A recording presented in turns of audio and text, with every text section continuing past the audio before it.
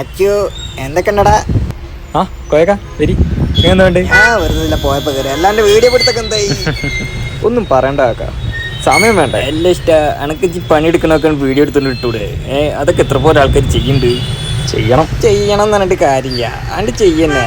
എന്നാ അതൊക്കെ ചെയ്യലേ. നോക്കാം.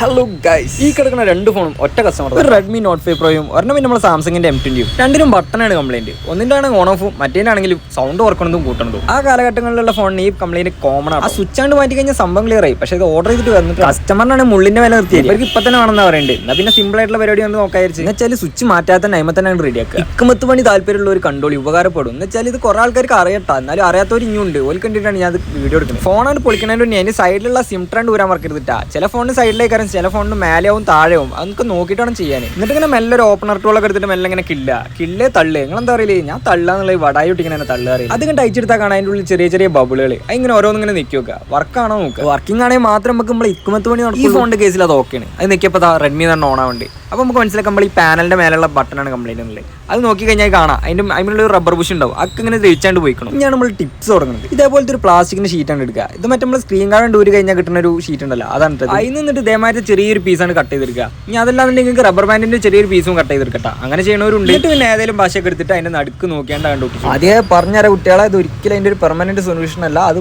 ബട്ടൺ മാറ്റാൻ തന്നെ കറക്റ്റ് റെഡി ആവുള്ളൂ. സെറ്റായി പാക്കും ചെയ്തു. എന്നിട്ട് നോക്കുമ്പോൾ ബട്ടൺ പിന്നൊരു മാഞ്ഞാളം. ഇടയ്ക്ക് കിട്ടുന്നുണ്ട്, ഇടയ്ക്ക് കിട്ടുന്നില്ല. പക്ഷേ ആക്ഷൻ നല്ല അടിപൊളിയായിട്ടുണ്ട്. ഒരു ക്ലിക്ക് ഉണ്ടല്ലോ, അതാണ് ആക്ഷൻ എന്ന് പറഞ്ഞിട്ട്. അപ്പൊ നോക്കുമ്പോൾ എന്താണ് അതിനുള്ള ബബിൾ മിൽ ക്ലാവ് അടിച്ചാണ് സംഭവം. അങ്ങനെ വന്നു കഴിഞ്ഞാൽ ഇതേമാതിരി ഒരു ബ്ലേഡോ അല്ലെങ്കിൽ പിന്നെ എന്തെങ്കിലും എടുത്തിട്ട് മെല്ലെ അങ്ങനെ സ്ക്രാച്ച് ചെയ്ത് കൊടുക്കുക. ഒക്കെ കഴിഞ്ഞ് പഴയ പോലെ ഒട്ടിച്ച് പാക്ക് ചെയ്തിട്ട് നോക്കുമ്പോൾ സംഗതി സെറ്റപ്പ് ആയിട്ട് വർക്ക് ആവുന്നുണ്ട് കേട്ടോ.